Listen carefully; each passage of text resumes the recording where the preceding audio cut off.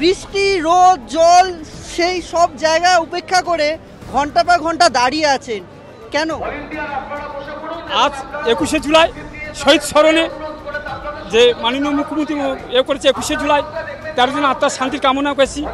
ও মাননীয় মুখ্যমন্ত্রী যে দুয়ারে সরকার প্রকল্প চালু করেছে সেইটাকে বার্তা তুলে ধরতে এই 21শে জুলাই এসি সারা রাজ্যের লোক এখানে আসে আনন্দ করছে। এই দুয়ারে সরকার প্রকল্প নিয়ে আসি। আমি বিভিন্ন প্রোগ্রামে যাই, দেখেছেন হয়তো সাগর মেলা, কলকাতা বুক ফেয়ার, সগর বাজার, ধর্মতলা ইডেনে যে কোনো প্রোগ্রামে ছেড়ে থাকি। কিন্তু একটাই আক্ষেপ আমার, আমি শিল্পী হয়ে শিল্পী এখনও কদর পাইনি। শিল্পী সম্মান পেয়েছি কিন্তু আজীবনে যে শিল্পী ভাতা একটা আরম্ভ হয়েছে সেটাকে আমি আজীবনে সুযোগ পাইনি। যদি দিদির কাছে আবেদন করছি, যদি কোনোদিন আমাকে এই শিল্পী কোনোদিন দেখেছে হয়তো, যদি আমি শিল্পী ভাতার চাপ দিয়ে থাকে আমি খুব উপকৃত। আমার নাম গোপাল মণ্ডল, থানা কুলপি, জেলা দক্ষিণ 24 পরগনা। কতদিন ধরে দিদির এই মঞ্চে আসা হয়? দিদির মঞ্চে আমি দীর্ঘ 2011-তে মুখ্যমন্ত্রী পদ পেয়েছি, সেই থেকে আমি বিভিন্ন এই প্রোগ্রাম করে আছি।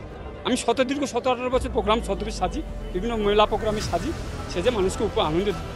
এটি আমার পেশা, এটা আমার নেশা। দিদিকে কি বলতে চাইছেন?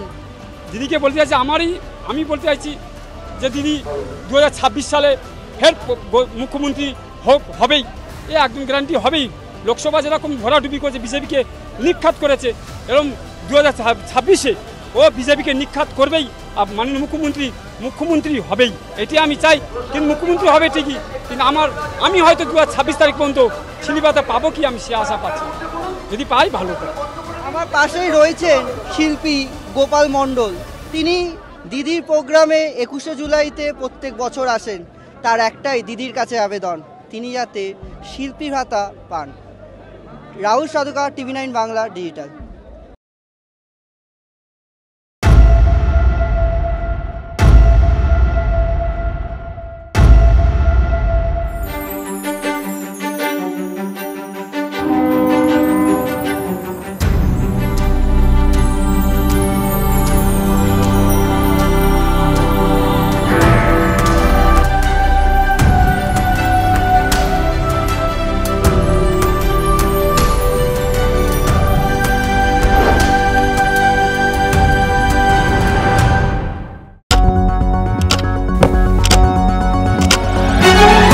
রাজনীতি শুধুই কি রাজার নীতি? রাজা উজিরের চোখে নয়, আপনার আমার চোখে সমাজের ছবি। কঠিন কথা সহজভাবে না বললেই নয়। প্রতিদিন রাত 9টায় TV9 বাংলায়। TV9 বাংলা না দেখলেই নয়।